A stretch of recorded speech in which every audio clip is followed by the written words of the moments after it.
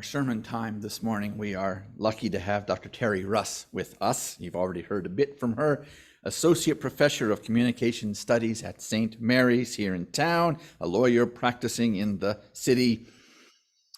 Terri and I co-founded the local chapter of Surge, showing up for racial justice a number of years ago. We served on the board of the LGBTQ Center board back in pre-pandemic days. And she is a source of wisdom and encouragement in my life. So Terri, please come up here. A lot of words to follow. I know, right? They pay me by the word, so it works out. So today we're going to suggest a way to bring more joy, more health, more balance into our lives by setting intentions for the coming year. We'll talk about what intentions are and what they are not, how they differ from goal setting and the usual New Year's resolutions. We'll explain how they work and do a little example, and then we'll incorporate some artwork into the process to engage our right brains as well. Anything else you want to make sure? And you can have this space. I think that's good. Okay. So what is an intention?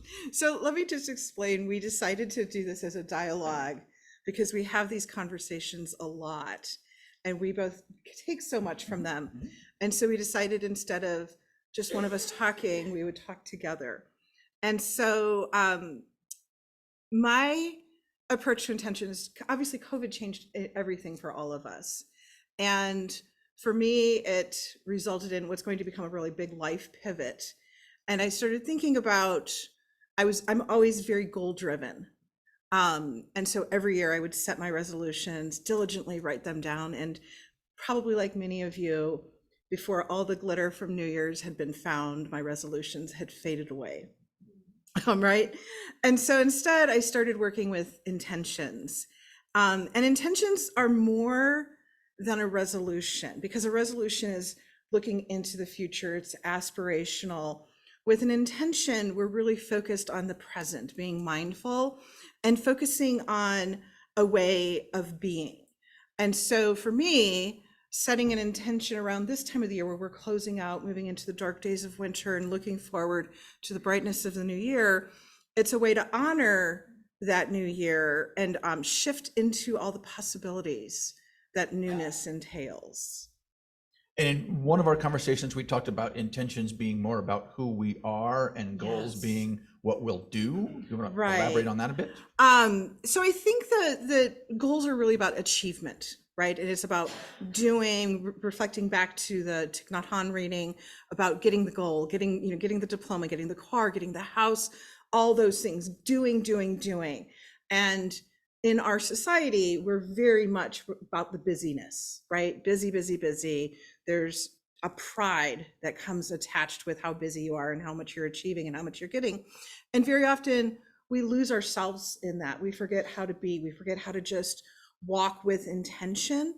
And so an intention there helps us to achieve that, helps us to grow, helps us to remember how we want to be present, but also how we want to present. Yes.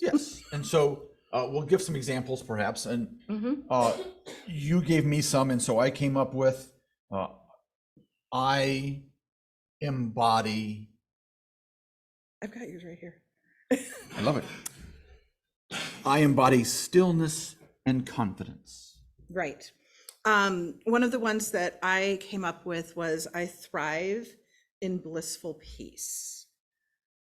And those are different from goals in several ways. Right. What I'm talking about myself, you're talking about yourself, not about doing any particular thing. The other thing is it's active. So with a resolution, it's about something you're going to do. So I thrive in blissful peace. If that was a resolution or an aspiration, I would say I will thrive in blissful peace. It's something that I hope to happen somewhere. When I say I thrive in blissful peace, I'm already embodying that bliss and that peace. And so in a sense, I'm already changing myself simply by changing the way that I think about it. And this is important because a lot of times you and I have talked about how it's hard to focus on ourselves, right? We want to focus on how we're going to be present. We think that we always have to be giving, right? We're really good people, so we have to focus on others first, and that's good. I'm not saying we shouldn't do that. Please don't take those words that way. But we also have to focus on ourselves. And so the easy way to think of it is the air mask lecture that we get in airplanes, right? So if there's a problem in the airplane, you have to put your air mask on first before you help others, because that way you can be at your 100% best in order to help them. And with an intention, it's the same way. So you create the energy that you want to have present as you walk through the world. And then every person that you encounter will interact with that energy and it will ripple out to them. And so even though you're focusing on yourself as a community of beings walking together, we're going to interact with each other. And the example that we talked about, I'm talking a lot, is that okay? Yeah, that's great. Okay. Yeah. The example that we talked about is when you come into a room and there's somebody who's having a really bad day or they're a really negative person, you feel that, right? When you're with them, that negative energy impacts you. And even if you're in a really good space, you start to feel kind of ooh and icky and all those things. And likewise, when you walk into the presence of somebody who's very compassionate and happy and joyful, even if you're having the worst day ever, you feel better simply by being with that person. And so with intentions, that's what we're trying to generate. And we're trying to generate that for ourselves, knowing that by generating it for ourselves, we're also going to generate it for everyone else around us as well. So a brief story on that. I was on the phone with my sister yesterday, and they were out tree shopping and doing the sort of holiday things. And she was talking to the cashier at the store. And I could hear my sister bubbling and making jokes and just laughing with the cashier. And I honestly could hear the tone of the cashier's voice change through that interaction. Sometimes my sister talks to me too when we're on the phone.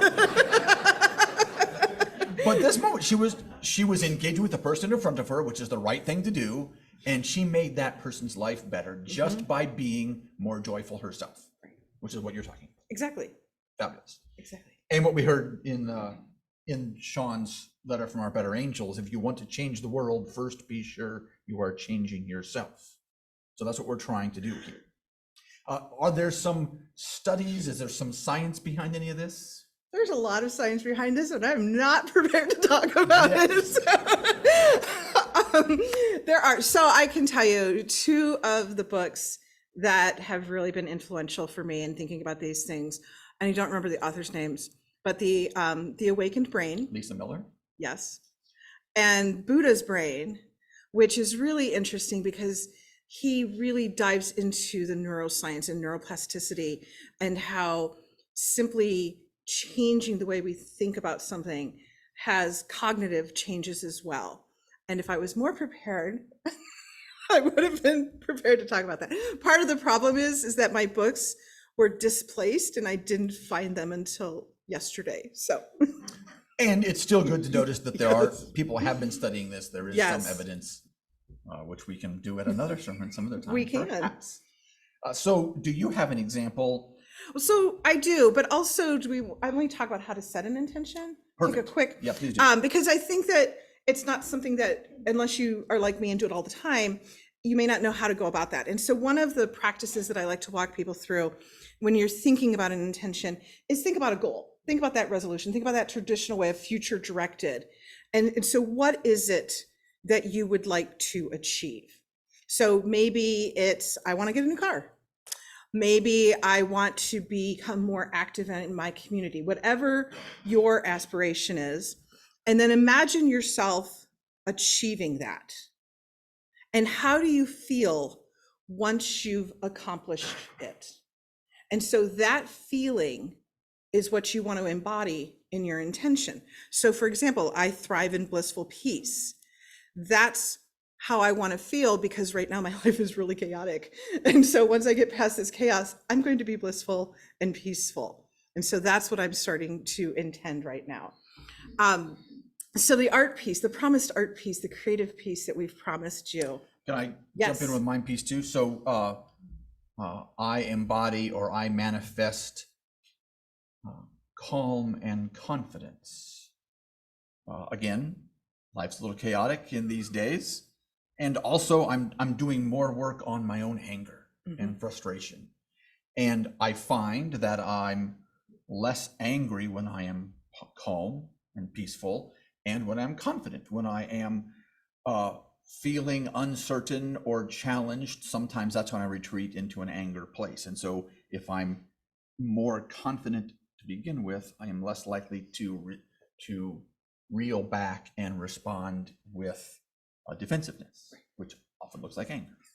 And this is also because you and I have these conversations a lot, and we rely on each other to sometimes process that anger. We get angry about similar things, different ways, but that's where that energy happens, right? Because on many occasions, I know that one of us have come to one of our meetings and been very angry, and then by the time we leave, we're laughing and all of those good things. So, and usually the negativity has been transformed into a vision and a way of being different in the world. yes. And so that's another piece of the intention setting process, is we're not setting negative, I won't be blah, blah, blah.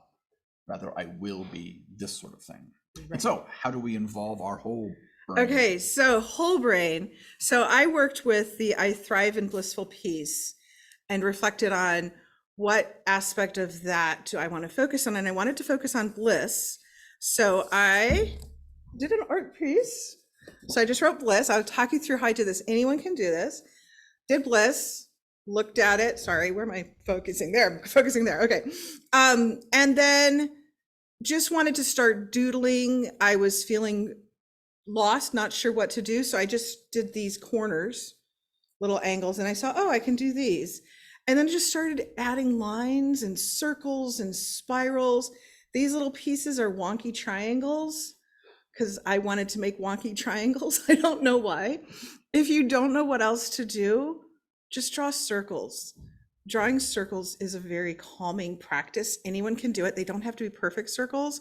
In fact, imperfect circles are much more exciting and fun to work with. And if you're not sure about what's a good intention, we came up with a couple others for people to take freely.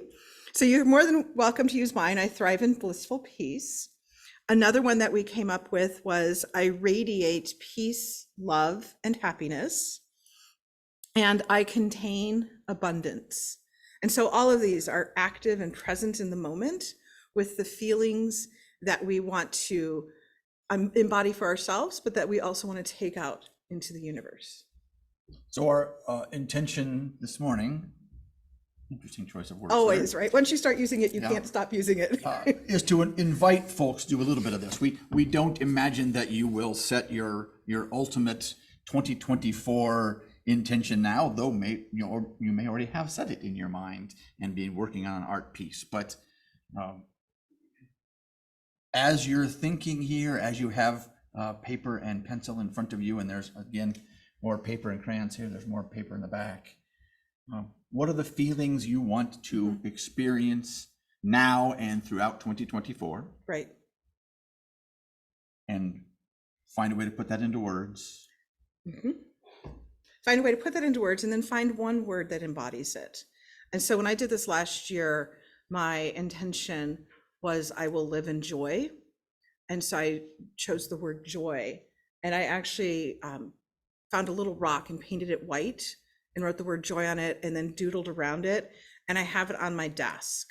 And so my desk is where I tend to be the most chaotic. And so when I'm on the phone and someone is yelling at me, I can feel joy by looking at my piece. And so that's what we would like for you to do, is to create some sort of tangible memento of your intention so that you can carry it with you. So you're carrying the rhetorical, the word part of the intention with you, but then you also have that physical reminder.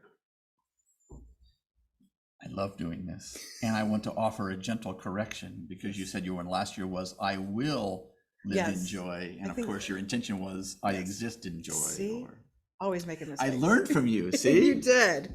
You did. And I love that that's a big part of our friendship, is that we hold each other accountable and doing it lovingly. Yeah, and gentle humor. Yes. So.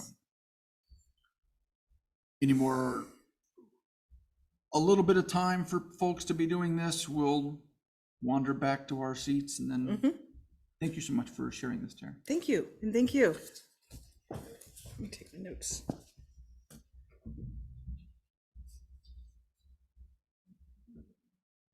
So while you're all finishing with your piece, I'll just recap. Our intentions focus on who we are rather than what we'll do. Our intentions can be used to ground, energize, guide, or challenge us. And we make an artistic representation to involve our whole self, and we can have whole brain reminders of that sitting around on our desk, in our car, in our bedroom mirror, so that throughout 2024, we can experience more joy, more health, more balance, more peace. So may we be.